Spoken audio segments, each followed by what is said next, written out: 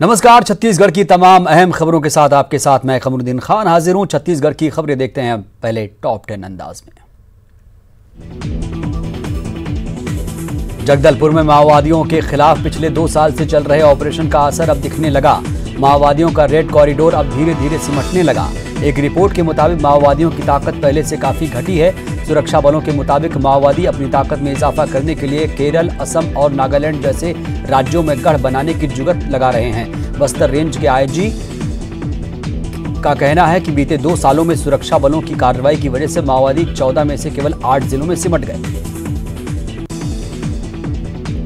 बालोद में बघमरा से जगन्नाथपुर तक मुख्य मार्ग पूरी तरह से जर्जर हो चुका है, लेकिन प्रशासन सड़क को बनाने पर ध्यान नहीं दे रहा है।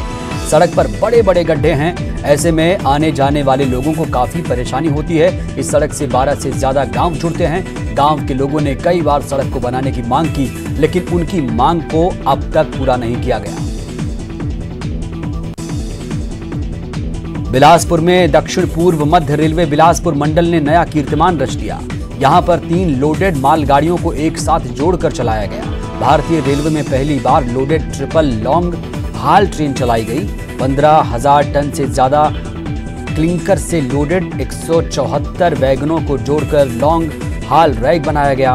बिलासपुर मंडल के लजकुरा से चक्रधरपुर तक पहली बार ट्रिपल लॉन्ग हाल रैक चली। इसे सुपर एनोकोंडा नाम दिया गया। कांकेर में सरकार की मंशा के अनुसार बच्चों को ऑनलाइन पढ़ाया जा रहा। वर्चुअल क्लासेस के जरिए मोबाइल और लैपटॉप से बच्चे घर बैठे पढ़ाई कर रहे हैं। शिक्षा अधिकारी के मुताबिक जिले में द्वार के तहत करीब 62,000 बच्चों को वर्चुअल क्लास के जरिए पढ़ाया जा रहा।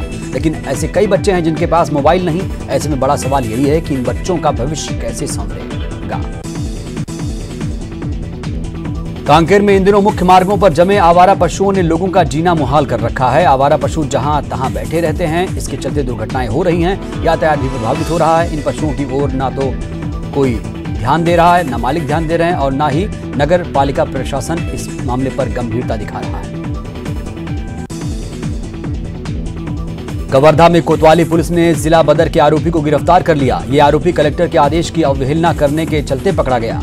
जिला बदर किए गए रेखचंद साहू को कवर्धा के अलावा मुंगेली, राजनांदगांव और बेमित्रा में भी आने पर रोक लगाई गई थी, लेकिन रेखचंद आदेश का उल्लंघन करते हुए अपने घर पर आ गया था, जिसे कोतवाली पुलिस ने गिरफ्तार कर कोर्ट में पेश किया, जहां से उसे जेल भेज दिया गया है।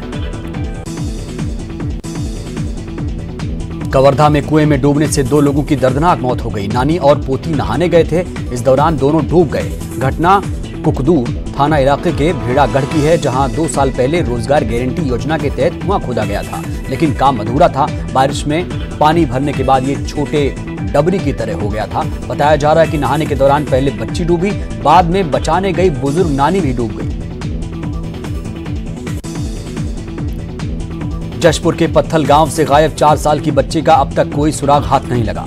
पुलिस लगातार रुचिका की खोज कर रही है। रुचिका को गायब हुए 5 दिन बीत चुके हैं। महादेव वचका में बच्ची के घर पर मातम पसरा है। सरगुजा रेंज के आईजी रतनलाल डांगी भी एक दिन पहले पत्थल गांव में बच्ची के परिजनों से मुलाकात करने पहुंचे थे। आईजी ने परिजनों को बच्ची को जल्द तलाश लेने का भरोसा दिया था। आईजी ने बच्ची की सूचना देने पर 50,000 के इनाम की घोषणा भी की है।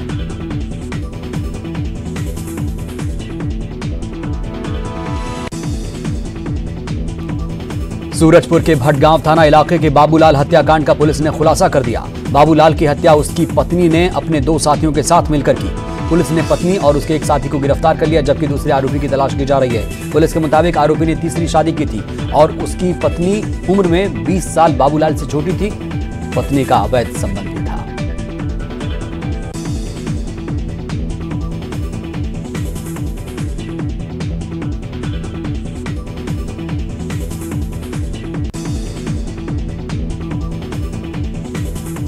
प्रदेश में पौधारोपण को लेकर हर अंगना जड़ी बूटी नाम से अभियान की शुरुआत हो रही है। कवर्धा में इस साल अभियान के तहत 9,91,000 पौधारोपण का लक्ष्य रखा गया है। इस साल औषधि युक्त पौधे लगाए जाएंगे। इसके लिए वैद्यों द्वारा सलाह ली जा रही है। पहला चरण 6 जुलाई से शुरू होगा।